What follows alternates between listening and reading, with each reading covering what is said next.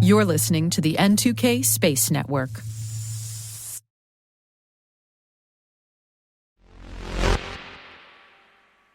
White House cybersecurity officials are on a West Coast tour this week. And while they're there, some of the folks that the White House are meeting with are space companies. And the topic that top U.S. government cyber officials are meeting with space industry experts about? Well, keeping satellites safe from cyber attacks, of course. T-minus 20 seconds to LOS egress. Go for deploy. Roger roll. Today is April 26, 2023. I'm Maria Varmazes, and this is T-minus.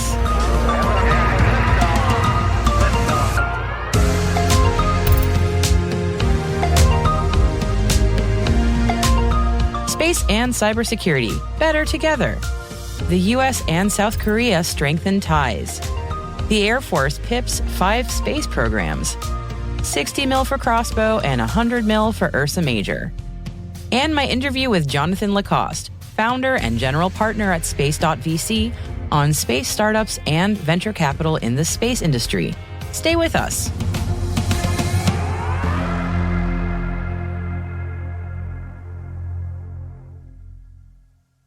Now here's your intel briefing for today. Kemba Walden, acting National Cyber Director for the Biden administration, has been busy this week.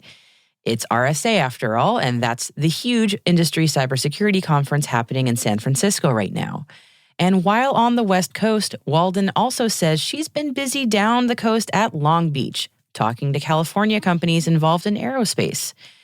The topic of discussion is satellite cybersecurity, and specifically what kind of policies the White House might need to champion on behalf of the space industry to make sure that security concerns are top of mind during satellite design and when systems, specifically commercial systems, are used by civilian as well as military and government applications.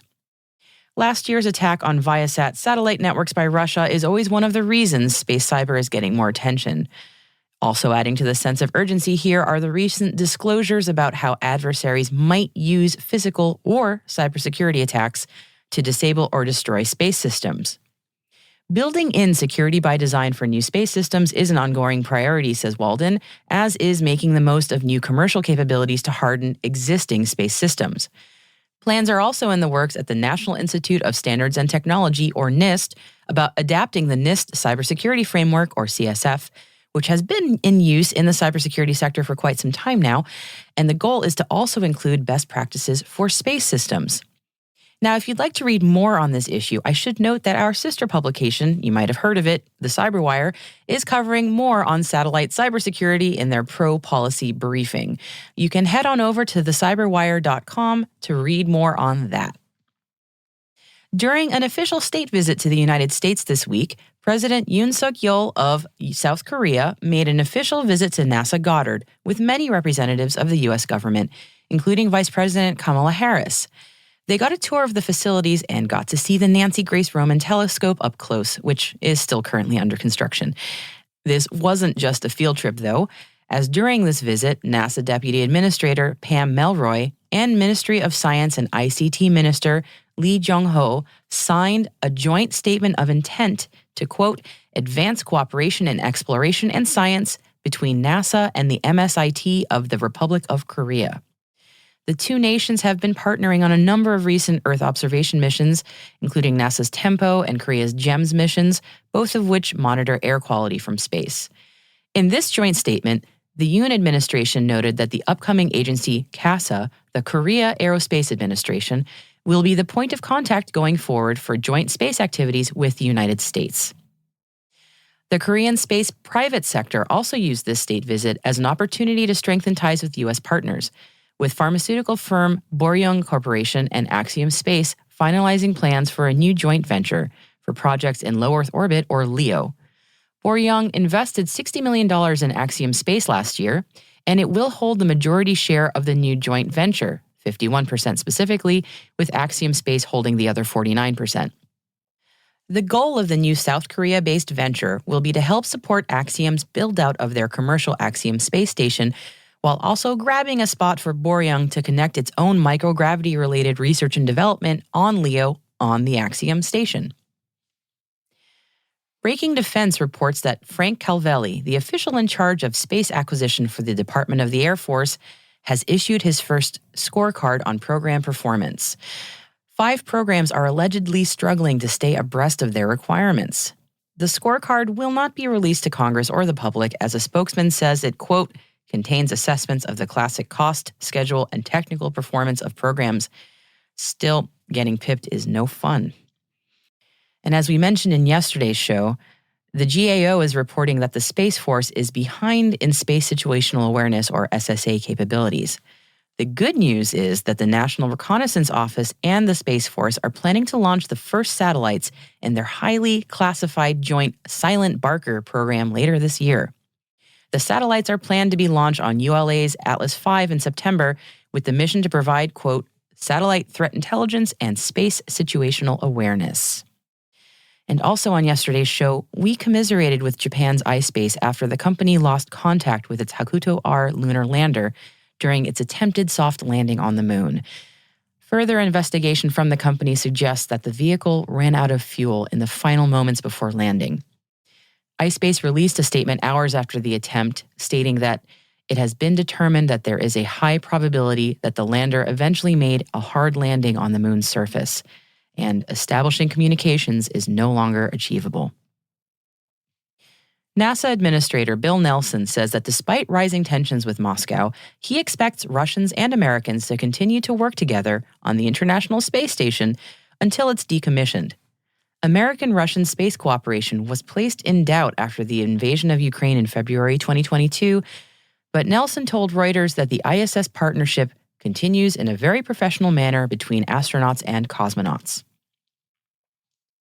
Raytheon Technology says they are working to meet a backlog of supply issues worth $180 billion. In their first quarter earnings call, the company stated that supply chain issues that have slowed their production are finally showing signs of stabilization. Raytheon Chief Executive Officer Greg Hayes told investors this: "We are still constrained from a supply chain standpoint, although it's getting a hell of a lot better," as he warned that they continue to experience challenges in castings, forgings, raw materials, and machining. On to some investment news now, and Hydrosat has announced that they have raised $20 million in funding, which the company hopes will launch the first of their 2 thermal infrared satellites into orbit. The Earth Observation Company aims to provide customers from agribusiness to the government geospatial intelligence for food security, public safety, and the environment. New Mexico startup Crossbow Systems announced a $60 million U.S. Air Force Strategic Funding Increase, or STRATFI, agreement. The award extends Crossbow work with the Air Force Research Laboratory. AF Works, the Air Force's innovation arm, established the STRATFI program in 2021 to provide small businesses with funding to help bridge the gap between technology development and commercial adoption. Colorado-based startup Ursa Major closed $100 million in new funding last October, according to documents viewed by TechCrunch. The rocket engine company has reportedly raised $234 million and sought the funding at a $400 million pre-money evaluation. Ursa Major engines are being used by Astra, Phantom Space, and Stratolaunch, and they were recently awarded an engine delivery contract with the U.S. Air Force. And now on to human spaceflight updates. And Virgin Galactic held a successful glide flight from Spaceport America this morning. Virgin Galactic's president of Spaceline Missions and Safety, Mike Moses, said the glide flight is, quote, one of the final steps towards commercial spaceline operations, which are expected to start later this year. SpaceX continues to make waves in the aftermath of the Starship launch. The Federal Aviation Administration, which regulates launch site safety and oversees technical investigations into commercial rocket mishaps, is looking into possible damage from the rocket's explosion. Starship is expected to be grounded until the investigation concludes. And weather problems have caused SpaceX's 27th launch of 2023 to be scrubbed due to a high probability of landing failure. SpaceX is hoping to launch another 40-plus Starlink satellites into orbit later this week. There is always tomorrow.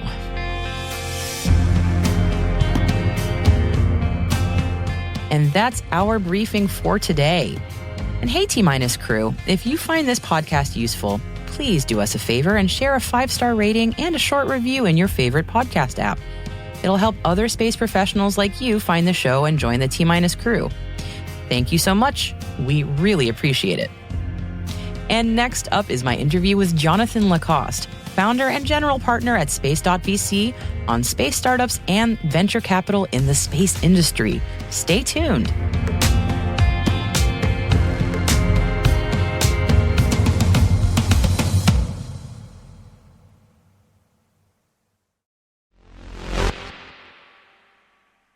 Let's turn now to the space startup scene. And for that, I spoke with Jonathan Lacoste, the founder and general partner at Space.VC, which is an early-stage venture capital firm investing in space and space-adjacent startups. It's actually a really incredible time to be in the space startup ecosystem.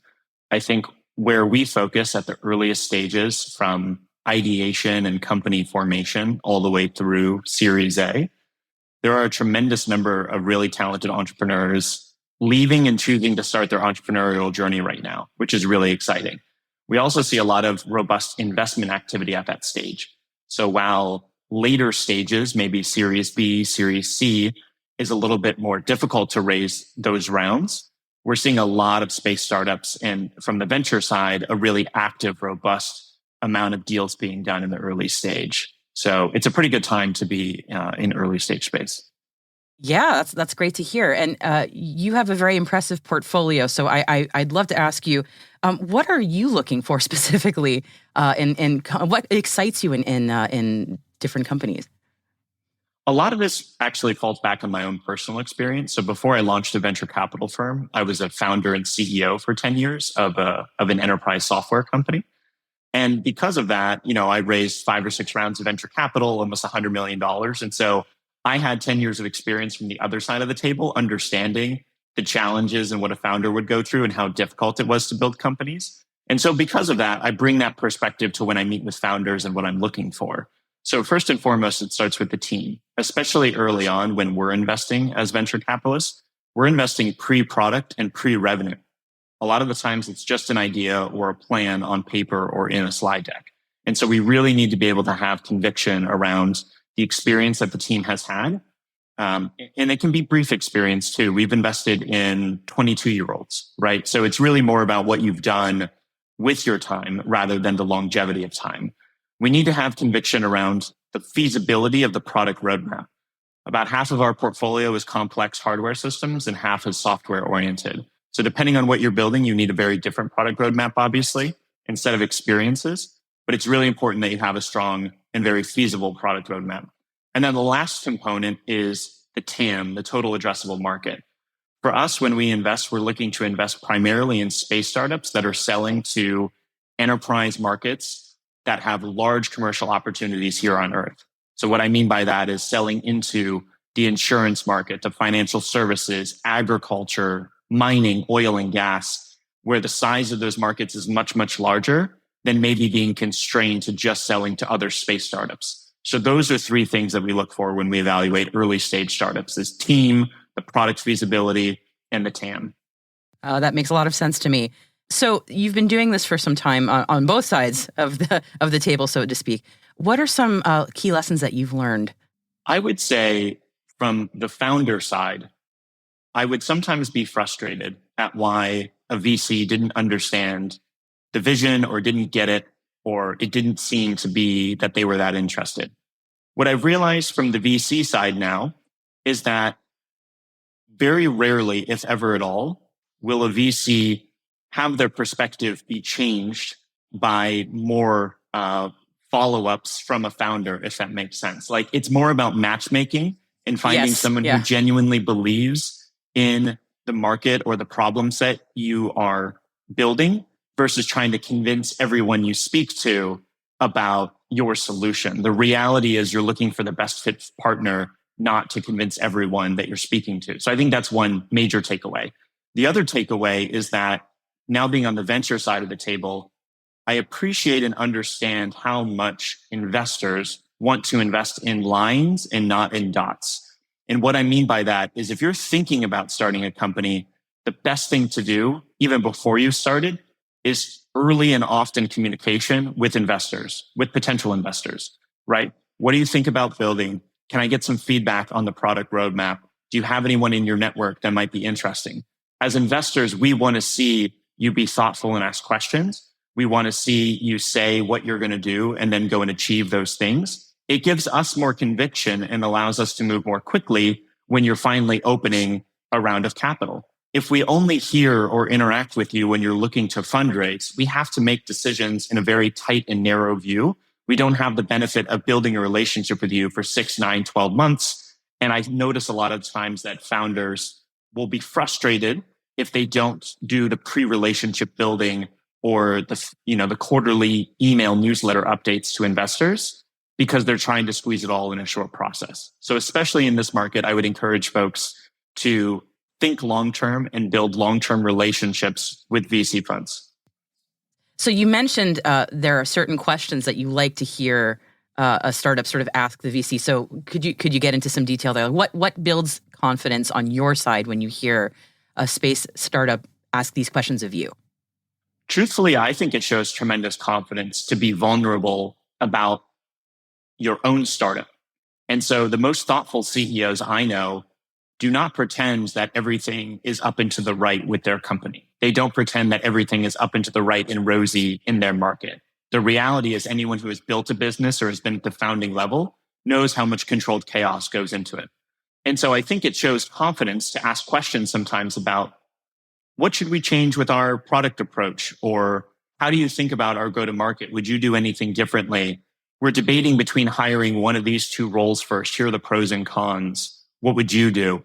I think those are really thoughtful questions that show that you're being introspective of your business. I also think it's a good way for founders to vet their venture capital partners. At the end of the day, venture capital, the actual capital, is a commodity. There's lots of ways to raise financing. The question is, it's like a marriage. Who do you want to partner with for the next 10 years on this individual business to help you build and be successful? And so that's why it's really helpful sometimes to pose those questions to the VCs as well, because it'll get them to think about your business and you can evaluate to see if they are a good fit to be a long-term valuable partner to you. Excellent. That's a great point. And just finally, I'd like to just get a sense of what developments or technologies are interesting to you right now. Maybe not even as a VC, but just as a person in this space. Like, what do you think is really interesting that's coming over the horizon? The thing that I am most excited about in space that maybe folks not inside the industry don't realize is how much, I call it a tsunami of Earth observation data. How much data is potentially being collected, actively being collected, and is going to be used to help improve and optimize and potentially disrupt how we monitor and measure and better understand the world around us. And the reason I'm excited is because of the long tail of use cases and how applicable it is. If you are a climate activist, if you are a Fortune 500 company wanting to measure your methane or your carbon output and the impact you have on the environment, space-based Earth observation data is one of the best ways to do that. If you are a financial trader and you're looking to better understand the inflows and the demand of certain commodities, space-based data is an incredible way to use that and to get an alpha edge on your trading plan. If you're a real estate or an insurance person and you want to understand how real estate structures have changed over time or the risk of something from a wildfire in real time, space-based data is one of the best ways to do that. And if you just happen to be a sports fan, I'm a big Formula One fan, F1 teams leverage space-based data to get a leg up on their competition in terms of understanding very, very local weather and rain patterns because you have to change the tires for the race depending on that.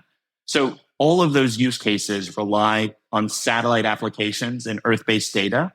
And I think we are just in the first few innings of people realizing the impact that type of data could have.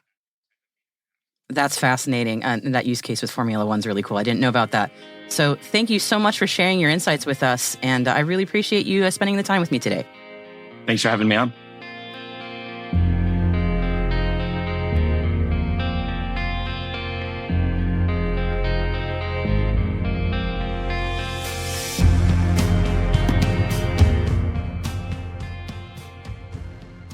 We'll be right back.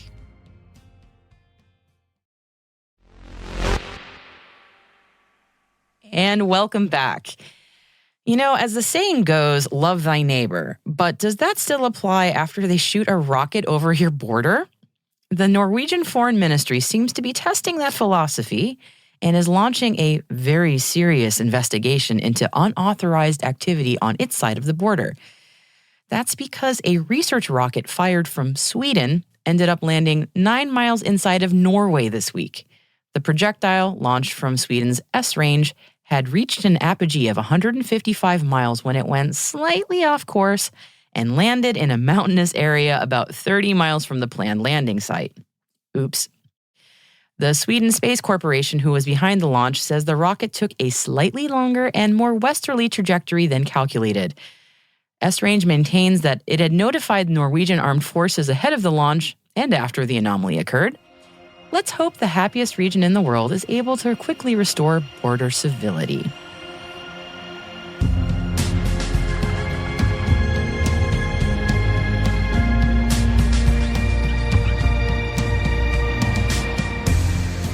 And that's it for T-Minus for April 26, 2023. For additional resources from today's report, check out our show notes at space.n2k.com. And we'd love to know what you think of our podcast. You can always email us at space@n2k.com or submit the survey in our show notes. And you know, your feedback ensures that we deliver the information that keeps you a step ahead in the rapidly changing space industry. N2K Strategic Workforce Intelligence optimizes the value of your biggest investment, your people. We make you smarter about your team while making your team smarter. This episode was produced by Alice Carruth, mixing by Elliot Peltzman and Trey Hester, with original music and sound design by Elliot Peltzman. Our executive producer is Brandon Karpf, and I'm Maria Varmazes. Thanks for listening.